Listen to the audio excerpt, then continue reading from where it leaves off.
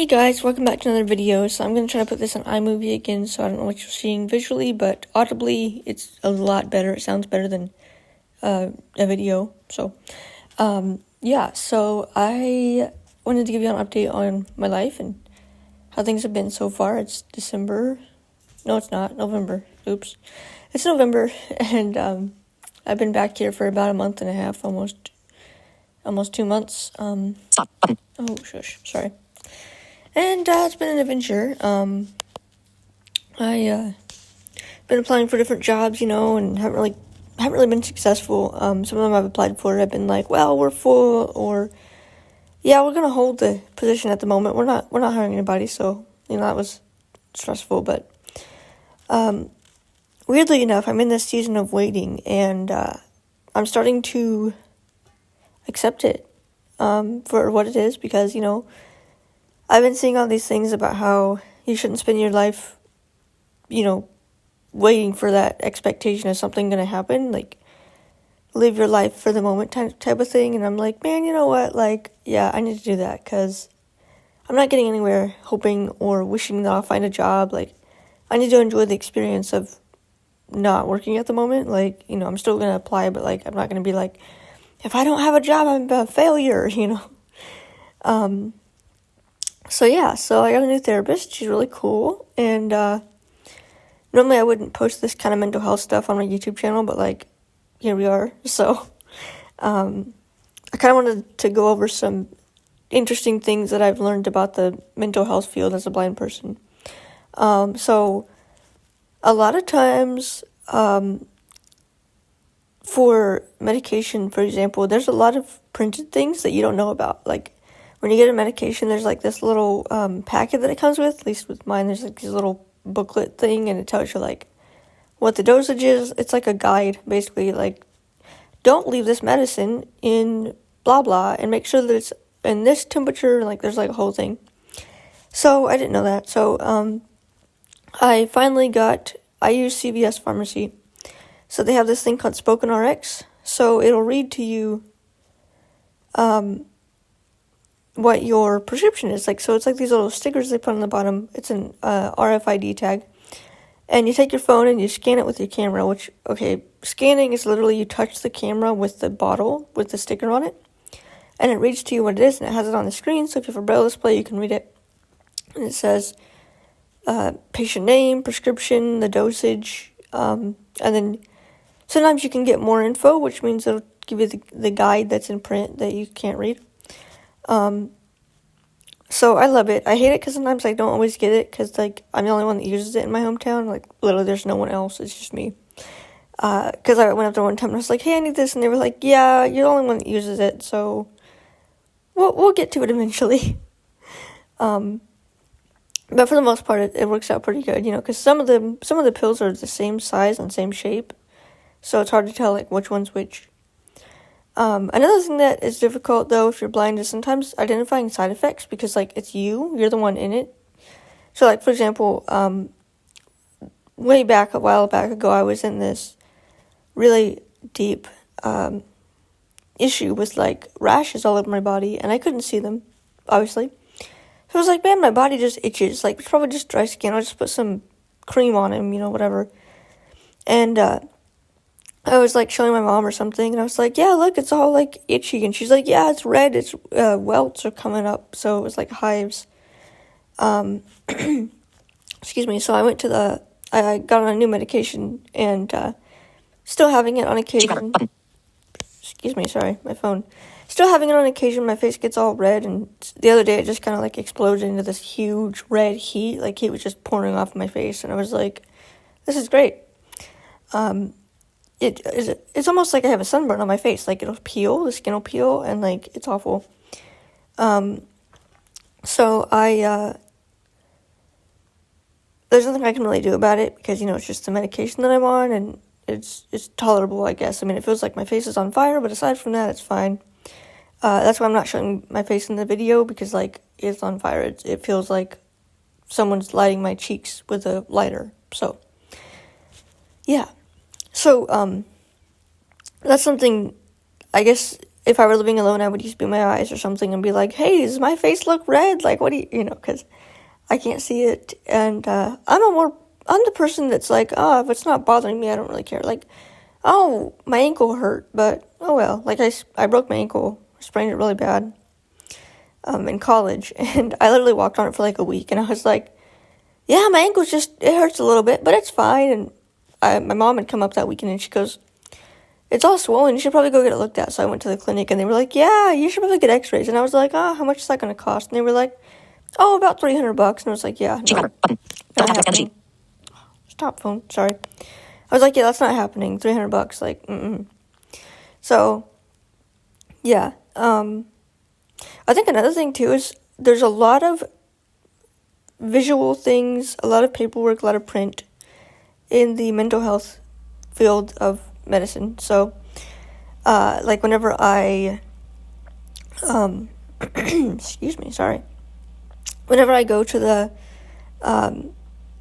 mental health place and I go to my therapist, like I fill out this paperwork, and normally that involves like someone reading it to me and me filling it out. But I feel really awkward because sometimes you're like, so are you suicidal? And I'm like, I don't feel comfortable answering that. Like, I don't even know you, random person, like, you know. So, what I've done in the past is I've asked for paperwork in electronic format, and then I can just fill it out, you know, that way.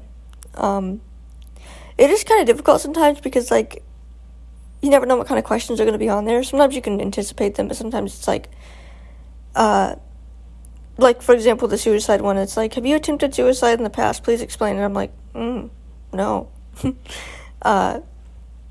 Excuse me. And also there's, like, a thing where, you know, going into a new place, like, I feel like a lot of people kind of expect my dog to be able to, like, guide me anywhere. And I'm like, well, she can guide me, but if I don't know where I'm going, I can't. So, like, I went to my new therapist, and I'd never been in this person's office before. So they have, like, 6 different offices in this whole place. And so I'd been into 2 other ones. So every time I walk down the hall, Beacon's like, oh, we're going over here. And I'm like, no, we're going over here this time.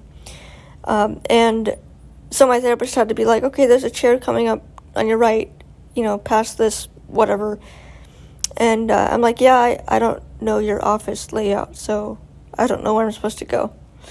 But yeah, so that's kind of things that I've observed. Also, there's a lot of things whenever you dissociate, a lot of people, their first thing is, look at something. Do you see that? Whatever over there. Like, they kind of ask you to look at it.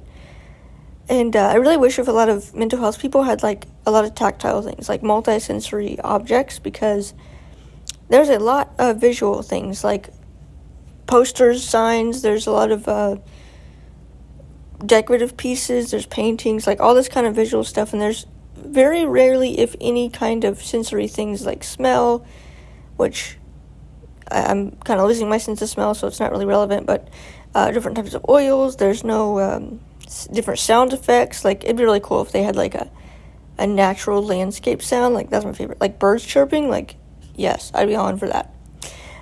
There's no like tactile things, like I don't know, I kind of wish if they would all have like I really like animals, so if they would have like this diorama of like animal scenes where you could like touch everything, like that would be awesome. I'd be like, yes, let's go.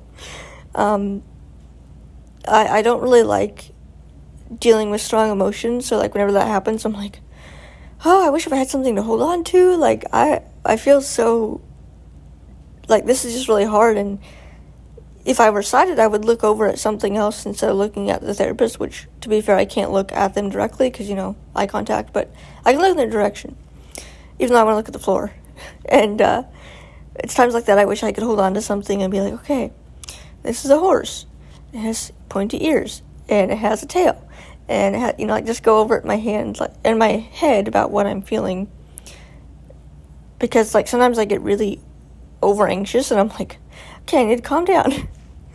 Another thing, too, is I've noticed with PTSD over the past 2 years almost, I get very anxious, and I have a lot of trouble with hypervigilance, and I think part of that is also vision-related, because I can't see what's going on around me. So, like, literally, like, 2 days ago, there was someone walking behind me, and I was freaking out, because they were going the same way I was. Like, it wasn't scary. but they were walking in the leaves, and so the leaves were crunching, and I was like, oh my gosh, like, that person sounds very large, which I don't know, I didn't see them. They could have been large, but I think it was just the way their feet were hitting the leaves.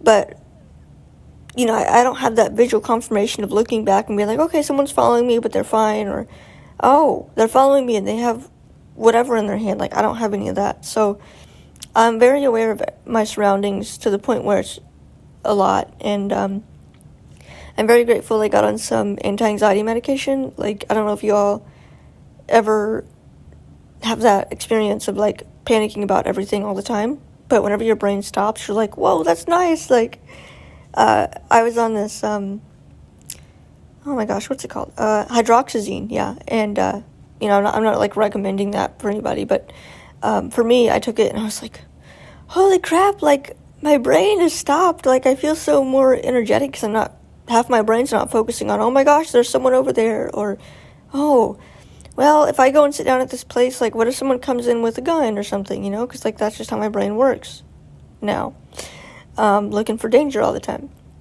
So whenever that kind of slowed it down, I don't say it stopped because I'm still getting anxious, but it stopped the constant alarm bells of everywhere I went. Like, in my house, I'd be like, okay, what if someone comes over? Or, what if this happens, So it stops it, and I'm like, thank you. And then,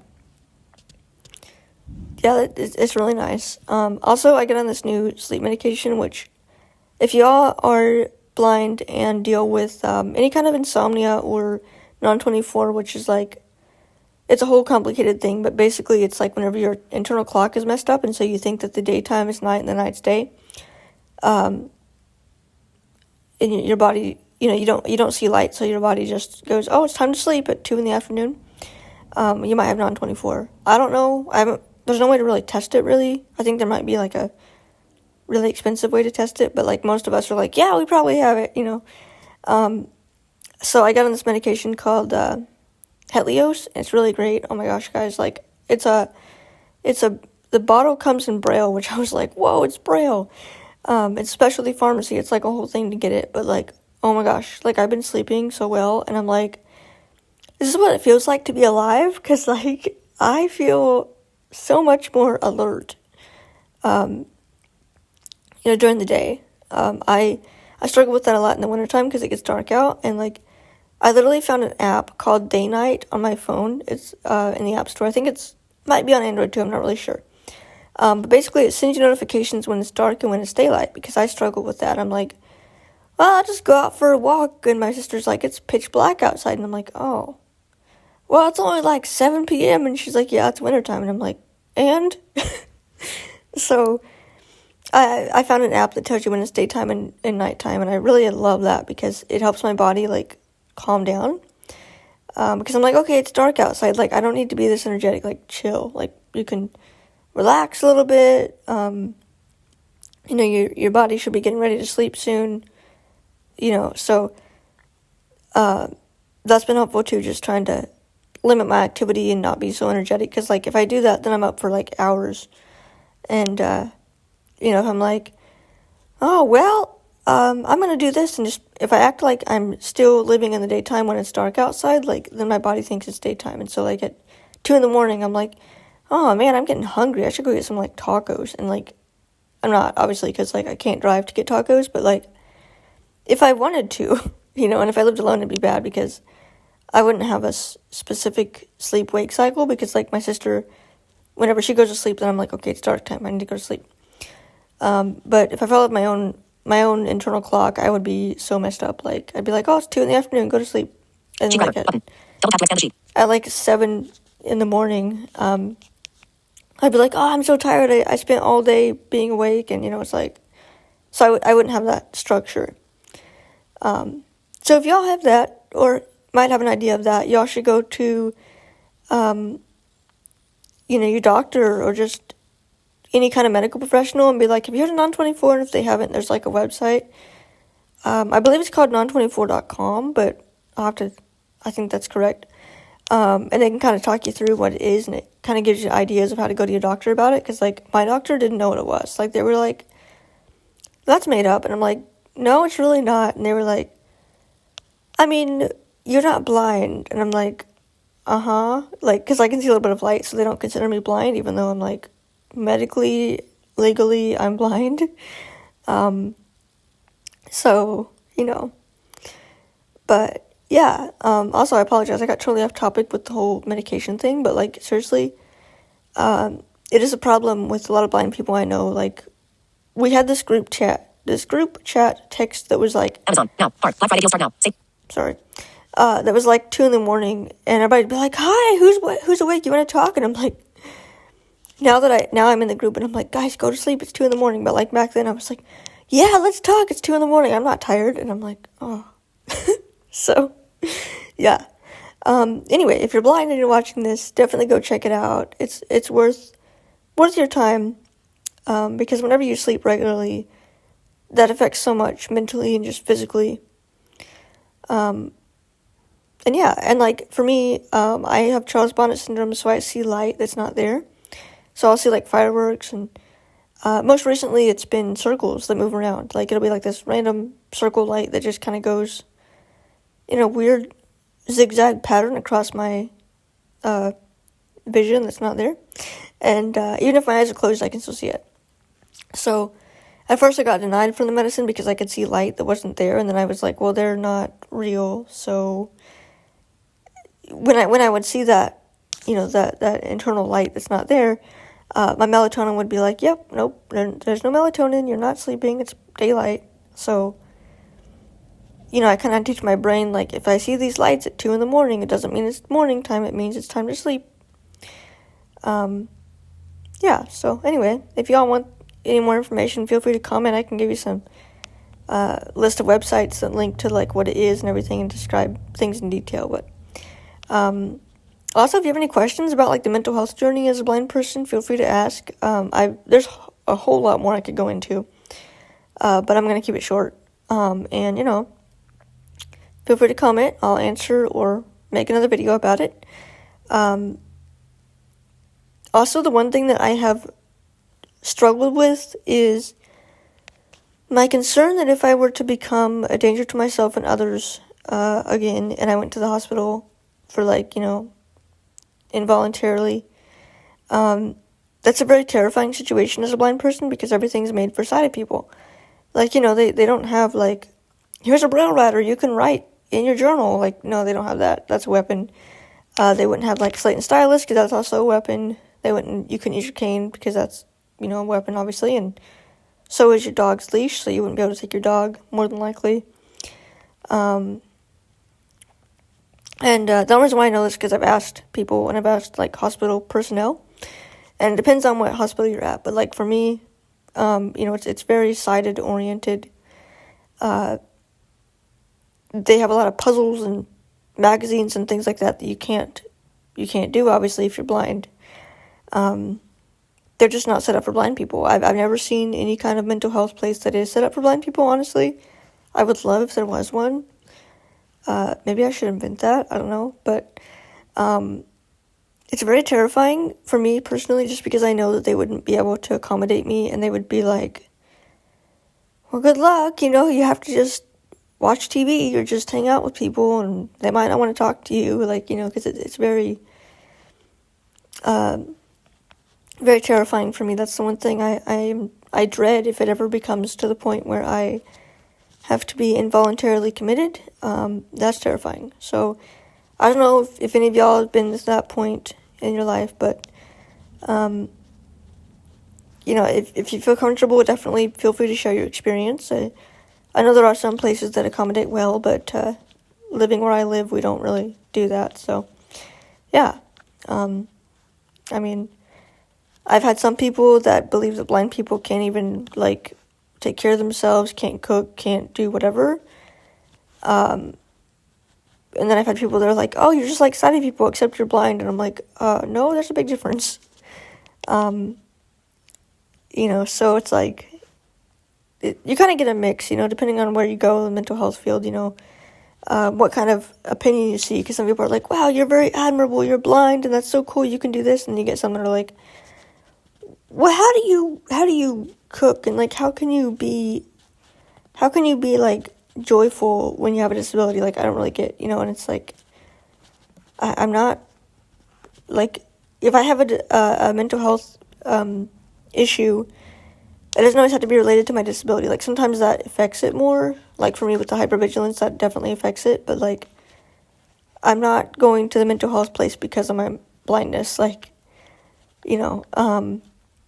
I could be. That is the case for some people, Some people just struggle with it, and whatever disability, and that's perfectly fine. But, like, for me, I've noticed they all kind of assume that's why I'm there, and I'm like, I mean, like, yeah, but no. Like, my blindness plays a role in it because that's just who I am as a person. But, like, just as much as my blackness plays a role. I'm mixed race, so, like, the blackness does play a role, I guess. But there's so many, like, cross-section of identity that the mental health field is like, oh, well, you have this, so you're in this category, So, anyway, also, one other thing I was going to talk about was the mental health tests they give you. So, even, like, the cognitive tests, like, they make specialized ones for blind people, but, like, they don't normally have those available. You can't just, like, pick them out of the basket and be like, here, take this. So, there's been a lot of, like, circle this, blah, blah, or, if you ever have to go get a cognitive test, sometimes they ask you about drawing a clock. Well, I've only seen a clock one time in my entire life that was made out of Braille.